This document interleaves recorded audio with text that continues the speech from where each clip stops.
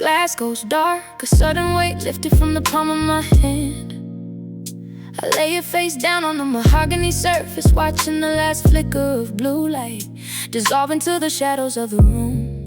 The silence doesn't just arrive, it settles thick and heavy like velvet curtains falling over a stage after the final act. For hours that small screen was a window to 1,000 worlds, a chorus of voices demanding a sliver of my attention. But now it's just a cold rectangle of obsidian. I lean back, the fabric of the sofa cool against my skin, and listen to the house breathe. There's a low hum from the refrigerator in the kitchen, a rhythmy ticking from the clock on the wall that I usually never notice. In the distant, muffled sound of a car passing on the wet pavement outside. Without the constant vibration against my thigh, the air feels different, thinner, yet more real. My eyes adjust to the dimness, tracing the silver lines of moonlight that filter through the half-closed blinds, casting a ladder of ghosts across the floorboards. I'm not waiting for a ping, I'm not bracing for a buzz. I am just here, sitting in the hollow of the midnight hour,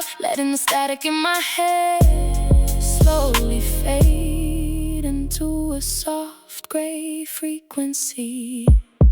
Off the grid, beneath the indigo sky, where the ghosts in the machine finally go to die. No more scrolling through the echoes of somebody else's life, no more sharp edges of a digital knife. Just the rhythm of my breath, slow and steady in the dark, finding a little bit of peace, a tiny glowing spark. I disconnected the wires, I've silenced the tone, finally comfortable just being here alone. No notifications, no ghost on the screen, just the quiet spaces somewhere in between. The world is still spinning, but I've stepped off the track, letting the weight of the day slide right off my back. The shadows of the houseplants stretch long and jagged against the far wall, looking like strange, silent watchers in the corner of my eye. I reach for the glass of water on the side table, the condensation dampening my fingertips, a physical sensation that feels sharper now that the digital world has been muted.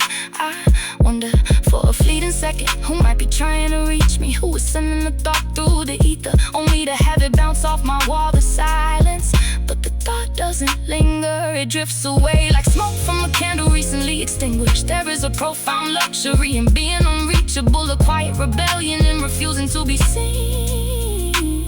The city lights outside create a hazy orange glow against the horizon, but in here it's all monochrome and soft edges.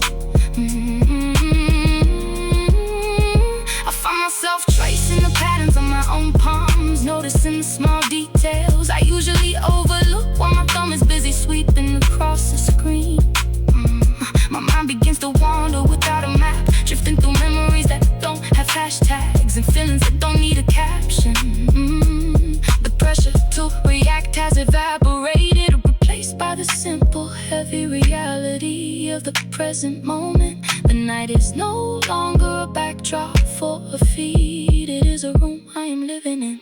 Off the grid beneath the indigo sky, where the ghosts in the machine finally go to die. No more scrolling through the echoes of somebody else's life, no more sharp edges of a digital night. Just the rhythm of my breath, slow and steady in the dark, finding a little bit of peace, a tiny glowing spark. Disconnected the wires, I've silenced the tone, finally comfortable just being here alone. No notifications, no ghosts on the screen, just the quiet spaces somewhere in between. The world is still spinning, but I've stepped off the track, letting the weight of the day